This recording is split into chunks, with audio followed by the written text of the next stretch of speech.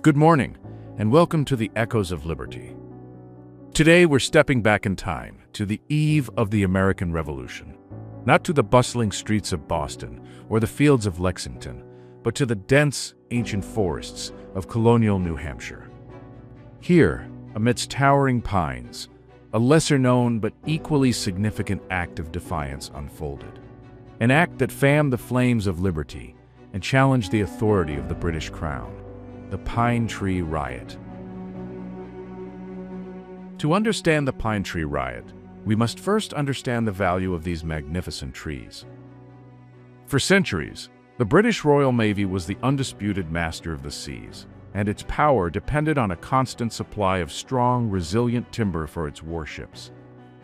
The white pine trees of New England, particularly those in New Hampshire, were perfect for ship masts, tall, straight, and incredibly strong. In 1691, the British Crown enacted a series of laws known as the Masonry Acts, or the Broad Arrow Policy. These acts reserved the largest and finest pine trees, specifically those 24 inches or more in diameter at chest height, for the Royal Navy. Surveyors would mark these majestic trees with a distinctive broad arrow symbol, signifying they were the king's property.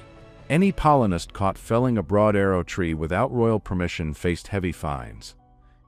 While the Crown saw these trees as a strategic naval resource, the colonists viewed them very differently. For generations, they had cleared the land, built their homes, and relied on the forest for their livelihoods. These trees were not just timber, they were part of their land, their inheritance, and their future. The Broad Arrow Policy felt like an oppressive intrusion, a direct challenge to their property rights and economic freedom. Many colonists were frontiersmen, rugged individualists, who had carved out lives in the wilderness through sheer grit and hard work. They saw themselves as proprietors of their land, not tenants of a distant king. The idea that the best trees on their own property could be claimed by the Crown without compensation was a constant source of resentment. They needed timber for their own homes, barns, and local industries, and the finest trees were often the most practical to use. Tensions simmered for decades, but it was the appointment of John Wentworth as the new royal governor of New Hampshire in 1766 that truly set the stage for confrontation. Wentworth was tasked with stricter enforcement of the Broad Arrow Policy. He himself was involved in the timber industry, making him particularly keen to uphold royal authority over the valuable pines. In late 1771, a surveyor working for Wentworth discovered a group of colonists in the town of Goffstown, illegally felling unmarked white pines. The trees, though not officially broad-arrowed, were clearly of significant size. This discovery led to the seizure of a large load of illegally cut mast pines from a team of farmers, including Ebenezer Mudgett, who were transporting them down the Merrimack River. These confiscated logs were taken to the local sawmill at James Carr in Goffstown. This act, more than any other, ignited the powder keg. News of the seizure spread like wildfire through the taverns and villages. The colonists felt unjustly targeted. The fines for felling the king's pines were steep, and the confiscation of their timber was a direct attack on their livelihoods. They decided to act. On the night of March 13, 1772, a determined group of about 20 to 30 men, led by Ebenezer Mudgett and others, gathered. They weren't just farmers, many were experienced woodsmen, hardy and resourceful. Armed with axes, saws, and muskets, they marched under the cover of darkness towards James Carr's sawmill and Goffstown. Their intention was clear: reclaim their property and send a strong message to the Crown. When they arrived, they discovered that the king's sheriff, Benjamin Whiting, and his deputy had been sent to guard the seized logs. What followed was a confrontation. The colonists burst into Carr's house, where the sheriff and deputy were sleeping. They were roused, captured, and subjected to a humiliating punishment. They were stripped, bound, and given between 20 to 40 lashes with tree branches, a switch of white pine. The rioters then rescued their logs, rolling them back into the river. The Pine Tree Riot was an audacious act of defiance. Governor Wentworth was furious. He immediately ordered the arrest of the rioters, issuing warrants for their capture. However, finding and prosecuting them proved difficult. Sympathy for the rioters ran high among the local populace. Witnesses were unwilling to testify, and many felt the rioters had acted justly against an oppressive law. Eventually, some of the rioters, including Mudgett, were identified and brought to trial. The trials, held in civil courts, were contentious. Governor Wentworth tried to push for harsh penalties, but the local juries were often unwilling to convict or handed down lenient sentences.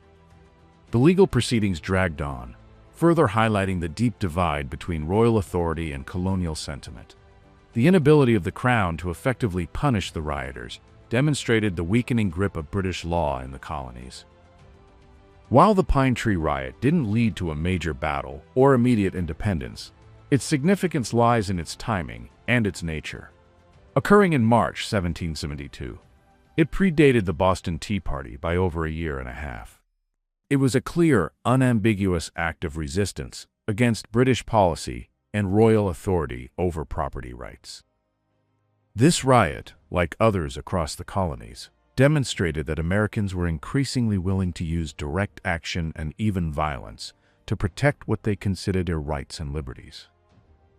It was a local uprising, rooted in economic grievances and a burgeoning sense of self-governance. The inability of the British government to effectively enforce its laws and quell such acts of defiance only emboldened the colonists and highlighted the growing chasm between the colonies and the mother country. So how does this all relate to Freemasonry? The conflict was, in many ways, a civil war between different branches of Freemasonry. Governor John Wentworth, the man who ordered the arrests, was a member and past master of St. John's Lodge No. 1 in Portsmouth. He viewed the riot as an affront to the rule of law. He swore to uphold both as governor and as a high-ranking Mason. The judges, all 4 judges who heard the case, Theodore Atkinson, who was a documented member of St. John's Lodge No. 1, Wishek Ware, who later became New Hampshire's first revolutionary leader, worked closely within these circles. Leverett Hubbard and William Parker were part of the Portsmouth social elite where Masonic membership was nearly universal.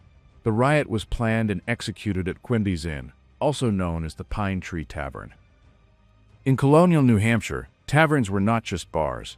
They were the lodges where Masons met before they had dedicated buildings. The most compelling evidence of a Masonic connection is the judgment. Under British law, assaulting a Crown official, Sheriff Whiting, was a grave crime that usually resulted in heavy imprisonment or death.